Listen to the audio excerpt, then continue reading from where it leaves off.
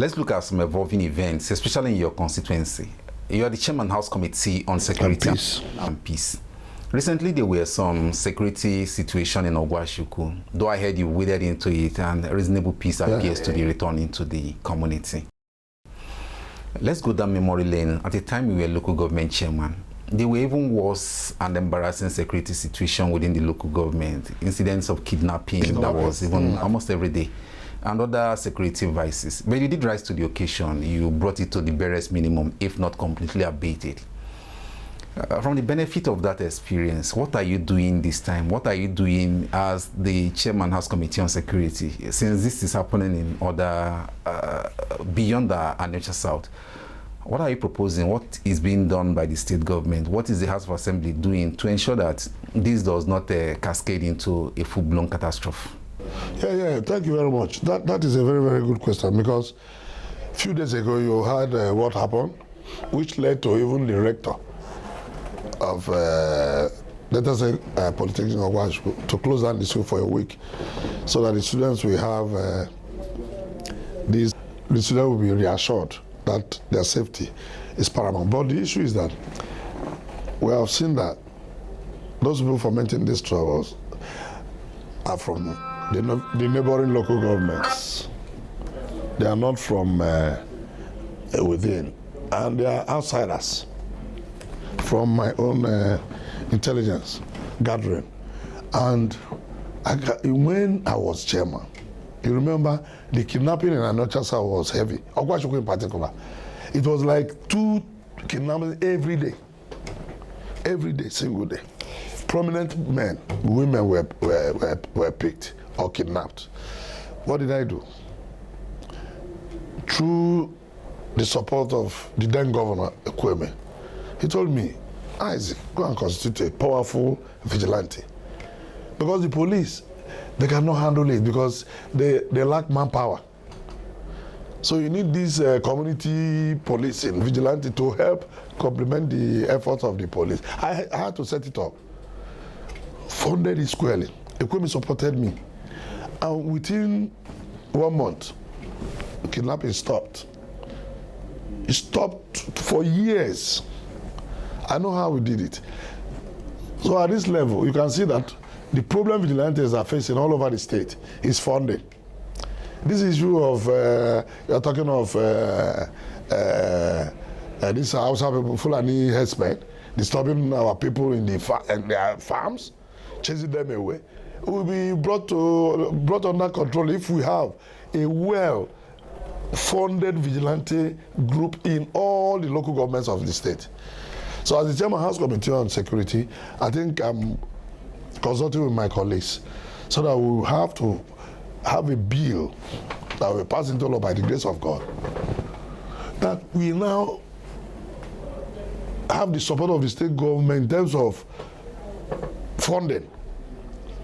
And not only state government funding, the local government now that are viable financially, we have their own part to play in terms of funds. When I was there, we didn't have money, but the little money I had to use it to put a very, very, very well-defined, well-organized vigilante group. And it did the job. We had to use the DPO in Ogwashuku division to train all the vigilante men in the whole local government, men and women. After Ogwashuku vigilante, after Obulu Sokwa vigilante, we trained all of them. So for us to be seeing this, you can see there's a problem there. What we will now do at the state level is to get involved with a law that can really go down to the grassroots to deal with this issue. There is this state law that has to do that they call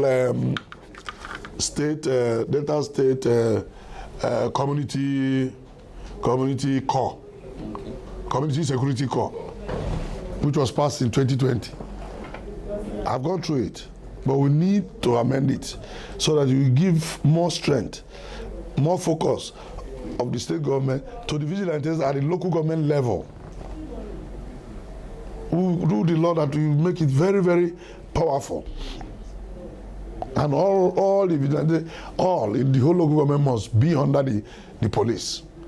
for supervision and other things. So what transpired or what happened in Ogwashuku a few days ago as regards 30 persons going to with arms entering a hostel, doing all sort of rubbish, carrying their phones, TV, fridge, and they have field day. Some of them were even eating in the hostel. Drag in the hostel. Why? It means the security has broken down. I visited the DPO in Ogwashuku, with the new DPO. We discussed, and they are with their strategy and the information they have gathered, I think they are doing well. And the OB too. Alan, the OB of Ogwashuku went to the CP2,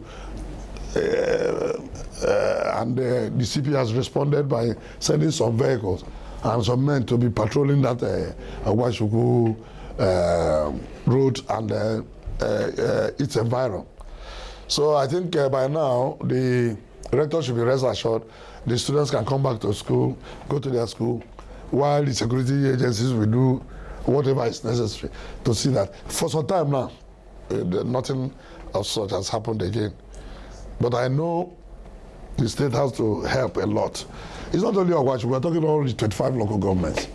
Because the problem they're having there is also, yes, my colleagues were talking about Ugeli, what happened in Ugeli recently, where the Fulani herdsmen had to kill somebody in Ugeli.